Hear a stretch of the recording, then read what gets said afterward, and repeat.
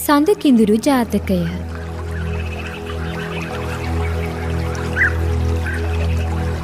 අතීතයේ බරණැස් නුවර බ්‍රහ්මදත්ත රජු රජ කරන කාලයේ අප මහා බෝසතාණන් වහන්සේ හිමාල වනයේ සඳකිඳුරකු වී ඉපිද තම ආදරණීය බිරිඳ වූ චන්ද්‍රා නම් සඳකිඳුරිය සමග රිදී පව්ව නැමැති පර්වතයක සතුටින් ජීවත් වුණා.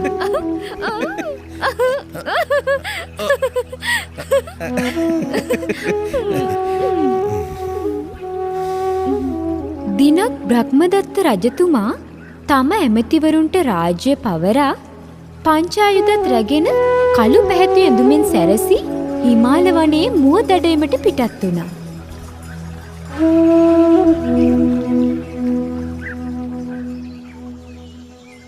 අපේ මෙහෙම මොහොතකට හරි රාජ්‍ය පාලනයෙන් හිස නිදහස් වුණාම හිතටයි ගතටයි මොන තරම් සැනසීමක්ද. දැන් ඉතින් හිතේ හැටියට මුවන් දඩයම් කරලා විනෝද වෙන්න ඕනේ.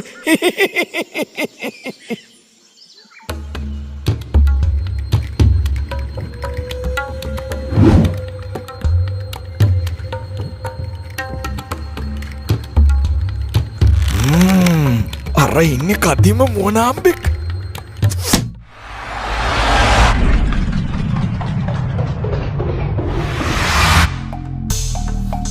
ෂේ මොනම කරදරකාරයෙක් වගේ. ඕ මිටු ඒ මොනාම්බෝ හට මගෙන් නම් බේරීමක් නෑ. ඕ මිටු නවතිනවා.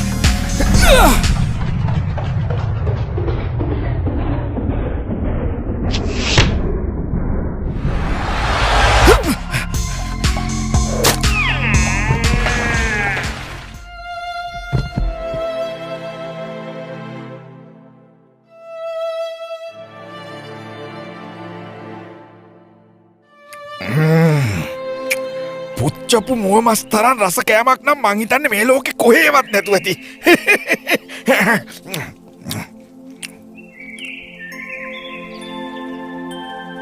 රිදී පව්වේ ජීවත් වෙන සඳකිඳුරන් වැසි සමයේදී පර්වතයේ පහළට නොබැස පර්වතයටම වී වාසය කරා.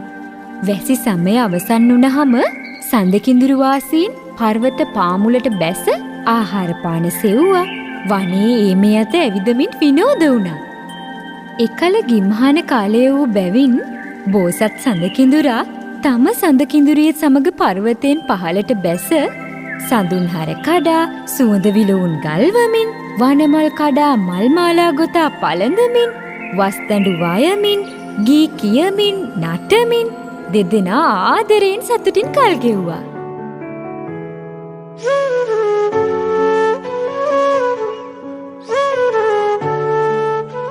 මගේ ලස්සන කිඳුරියේ ඔයා දන්නවද මේ වනාන්තරයේ තියෙන සියලුම මල්වලට වඩා මට ඔයාව ලස්සනයි. ස්වාමීනි, මේ වනාන්තරයේ තියෙන කොළ ගානට කවි කීවත් මගේ හිතේ ඔබ කෙරෙහි ඇති ආදරය නම් කියලා නිම කරන්න බෑ ස්වාමීනි. මම ඔබේ ළඟින් ඉන්නම් ඔබේ හෙවණැල්ල වගේ. ඔබ මා ආරක්ෂා කරනවා වගේම හැමදාම මාත් ඔබව ආරක්ෂා කරන්නම්. මම පොරොන්දු වෙනවා ස්වාමීනි. මගේ සඳකිඳුරියේ මං ඔයාට බටනලාවෙන් ලස්සන ගීතයක් වයන්නද? එහෙනම් ඔබ වයන තාලයට මම ගී ගයමින් නටන්නම්.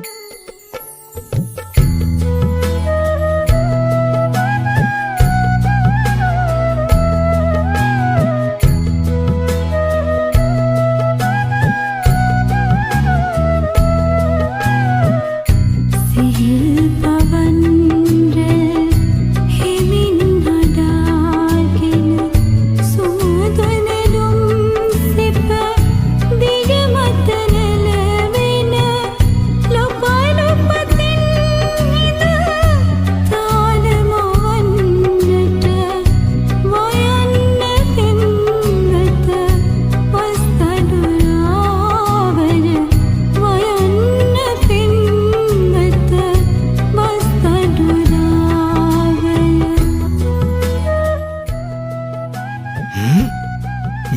අන්තරේ මැත්තේ මේ තරම් මිහිරි ගීනාදයක් මේ පැත්තෙන් තමයි ඇහෙන්නේ.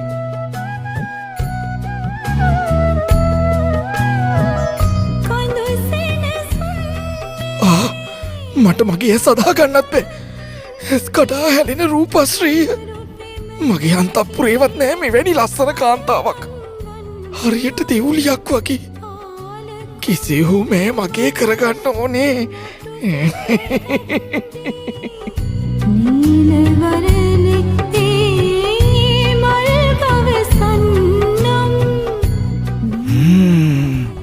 පේන විදියට එතන ඉන්න කිඳුරා මේ ස්ත්‍රියගේ සාමි පුරුෂය විය යුතුයි. මම ධනී කරන දේ මේ මා සතු කර ගැනීමට නම් මේ කිඳුරා මරා දෙවිය යුතුමයි. අයියෝ ස්වාමීනි! අනේ ස්වාමීනි! මොකද මේ ඔබට උනේ? කවුද ඔබට ඊතලයකින් විද්දේ? අනේ නැගිටින්නකෝ ස්වාමීනි! නැගිටින්න! අනේ කවුරු හරි උදව් කරන්න! අනේ ස්වාමීනි! මං කොහොමද ඔබව බේරගන්නේ? අනේ මට කියන්න! මට ඔබ නැතුව ජීවත් වෙලා වැඩක් නෑ! අනේ ඔය ඇස් දෙක අරින්න! කාටවත් හිංසාවක් නොකරන ඔබට මෙහෙම දෙයක් කරපු හිතක් පපුවක් නැති නපුරු මිනිහා කවුද? අනේ ස්වාමීනි! සොඳුර, ඔබ දැන් කම්පාවීමෙන් කිසිම පලක් නෑ. ඔය හඬා වැළපීම නවත්තන්න. තොපද? මගේ ස්වාමියාට මේ අපරාධය කෙරුවේ අපි කළ වැරද්ද මොකද්ද?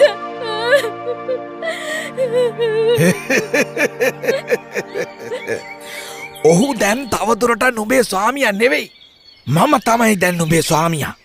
මේ මල කඳ අතහැරලා මාත් සමග එන්න. මම බර්ණැස් නුවර රජු වෙමි. මා සමග ආවොත් ඔබට රජ සැප විඳින්මින් ජීවත් විය හැකියි. සොඳුර, එන්න. එන්න මගේ කින්නරාවියේ. අල්ලන්න එපා මාව. යන්න අහකට පාපිෂ්ඨයා. තානම් මහා මූර්ඛ මිනිමරු රජෙක්. මම තොපට ශාප කරනවා. මගේ ස්වාමියාට පැමිණි මේ මරණ දුක තොපටත් පැමිණෙත්තා. මට පැමිණි මේ ශෝකය තොපගේ බිරිඳටත් පැමිණෙත්තා.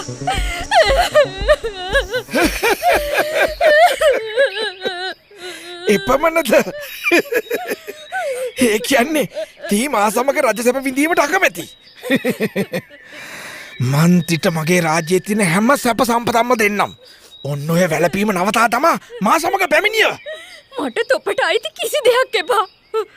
මට ඕනේ මගේ ආදරණීය ස්වාමියා විතරයි. මට ඔහු නැතුව තවත් ජීවත් වෙන්න බෑ. මාත් මිය යනු මිස තාගේ ඔය බසට මුලා වී තාගේ පවිටු අදහස් සිදු කර ගැනීමට මා කිසිසේත් ඉඩ නොදෙමි. තී මහා මෝඩ ස්ත්‍රියක්. මහතිට මෙච්චර සැප සම්පත් දෙන්න කතා කරද්දි තිට ඕනේ තිගේ ස්වාමියා මත්තම මැරෙන්නද?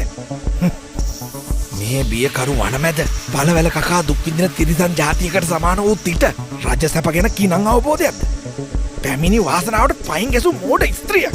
තීනම් තවත් මට කිසිසේත්ම අවශ්‍ය නැහැ. තිගේ ඔය ස්වාමියා මත්තම මැරෙන එකයි ඇත්තේ.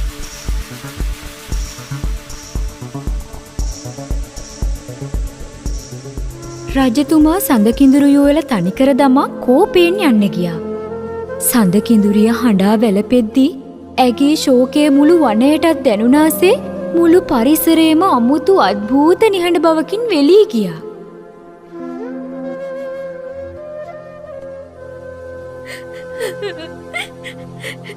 ස්වාමීනි, ඉස්සර මේ වනවදුලේ අප දෙදෙනා කෙලි සෙල්ලම් කරමින් කෙතරම් සතුටින්ද හිටියේ.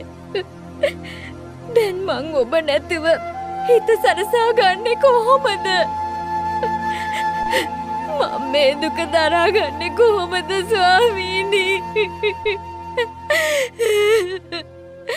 අනේ මේ වනේ කවුරු හරි ඉන්නවනම් මගේ දුක පේන අනේ ඇවිත් අපිට උදව් කරන්න. අනේ මගේ ස්වාමියාව බේරලා දෙන්න.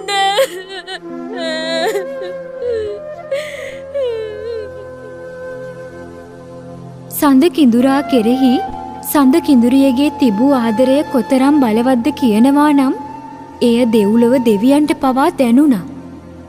තව්තිසාවට අධිපති සක්‍ර දේවේන්ද්‍රයාණන්ගේ පාණ්ඩු කම්බල ශෛලාසනය උණුවනවත් සමගම සක්‍ර දේවයන්ට කිඳුරියගේ දුක දැනුණා. ඔහු බ්‍රාහ්මණයෙක්ගේ වෙස්ගෙන සඳ කිඳුරිය ඉදිරියට පැමිණියා.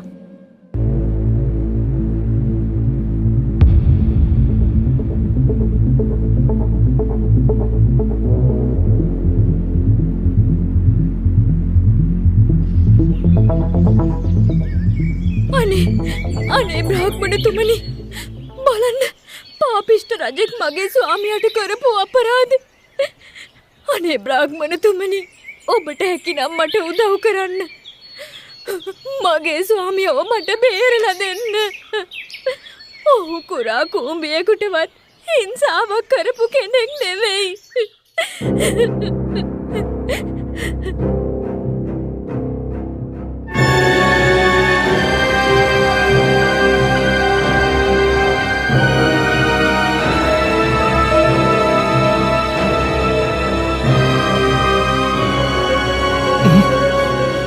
හරිම පුදුමයි. මට මොකක්ද සිද්ධ වුණේ? කොහොමද මගේ තුවාලේ මිච්චික්මට සනීප වුණේ? ස්වාමීනි, ඔබ සුවෙන් නේද? ඔව්, ඒකනම් හරිම ආශ්චර්යයක් ස්වාමීනි. මට හිතෙන්නේ අපේ දුක දැකලා ලෝක පාලන දෙවි කෙනෙක් අපිට පිහිට වුණා. බ්‍රාහ්මණතුමනි, ඇත්තටම ඔබ කවුරුන්ද?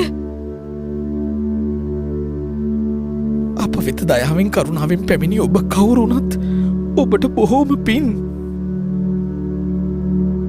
මා ප්‍රිය දියණිය, නුඹගේ පතිඋත්‍රා බලයත් ඔබ දෙදෙනා තුළ තිබුණු බලවත් ප්‍රේමයත් නිසා නුඹලාට පිහිටවනු පිණිස බ්‍රාහ්මණ වේසෙන් පැමිණි මා දෙව්ලොවට අධිපති සක්‍ර දේවේන්ද්‍රයාණන් වන්නෙමි. නුඹලාට හිරිහැර කළා වූයේ පාපිෂ්ඨ රජු නියත වශයෙන්ම කර්ම විපාකයට ගොදුරු වන්නේය. ධර්මානුකූලව යහපත් කල්ක්‍රියාවෙන් වෙසෙන සැමට මා නිරතුරුවම උපකාර කරන්නෙමි. එසේම දරුවනේ, මම නුඹලාට අවවාදයක් දෙන්නම්. මින් මත්තේ රිදී පව්වෙන් බැස මිනිස්වාසයට එන්න එපා. රිදී පව්වටම වී සතුටින් ජීවත් වෙන්න.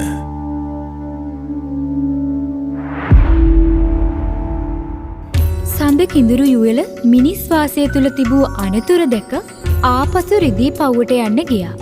ඔවුන් යළි කවදාවත් පර්වත පාමුලට පැමිණියේ නෑ. ඔවුන් රිදී පව්වටම වී පෙරසේම ඉතාම සතුටින් එකිනෙකා කෙරෙහි ලැබැඳි සෙනෙහසින් ආදරයෙන් ජීවත් වුණා. එකල චන්ද්‍රානම් සඳ කිඳුරිය වූයේ යශෝදරා දේවියයි. සඳ කිඳුරා ලෙස ඉපිද සිටියේ ගෞතම බුදුරජාණන් වහන්සේය.